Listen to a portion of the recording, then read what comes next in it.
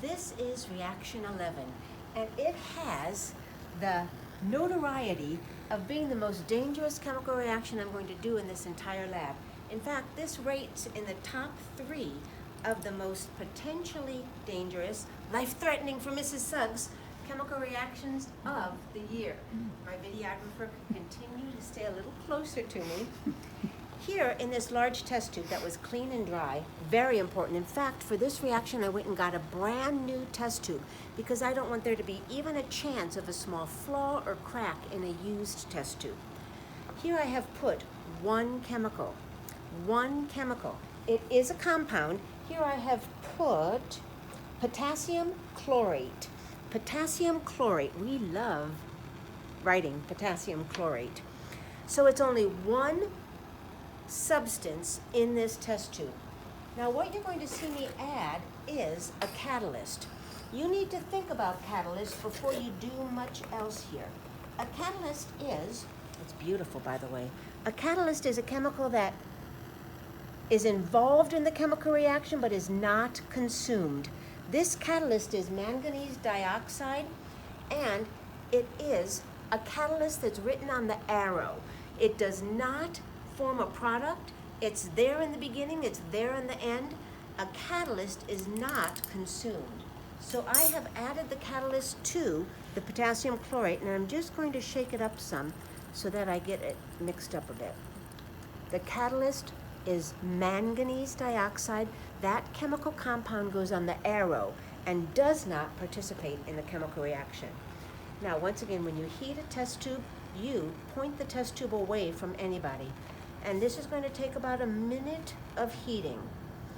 As I heat the potassium chlorate, I want to keep rolling it a bit. I don't want to just intensely heat one part of the test tube. You move the test tube back and forth. Notice I'm heating the test tube at the top of the inner blue cone. We'll just let this chemical react. Now, I see the liquid, I see the potassium chlorate melting. But interestingly, in the melted potassium chlorate, there are bubbles forming. And I will tell you right now, the liquid potassium chlorate is not boiling.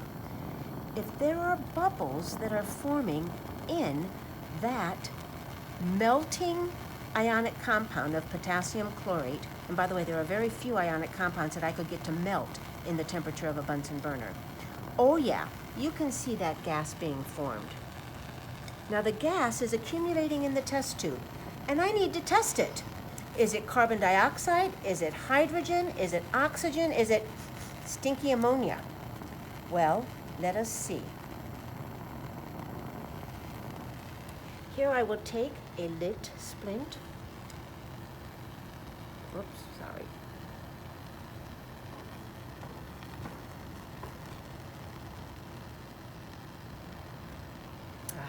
Nope, didn't work. 1 minute. Let me generate some more.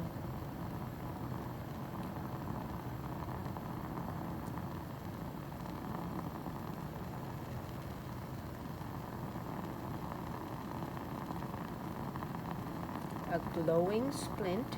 There we go. The glowing splint reignited. The glowing splint reignited. Here's the glowing splint. Let it be around that generated gas. Oh yeah. And the glowing splint reignited. You can see why it didn't work before. See how much oxygen is being generated? When you burn something in the presence of, that's okay, it's right here. When you burn something in the concentrated environment of oxygen, the gas that's formed in the product of this chemical reaction, it burns, the wooden stick burns brightly. Please know that the wooden splint had nothing to do with the chemical reaction. I only used the glowing splint to show you that it reignites when put in the presence of the gas that is the product of this chemical reaction. I will show you another reaction with this potassium chlorate for a demonstration called the flaming gummy bear.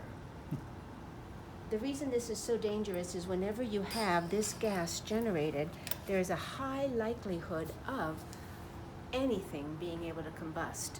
And so in hospitals, they'll oftentimes have warning signs about this gas being generated. I'd like you to also come and notice on the test tube, the melted potassium chlorate looks a little purple, but it's because of the manganese dioxide, okay? It's not because of the potassium in the chlorate. The potassium is not making that purple.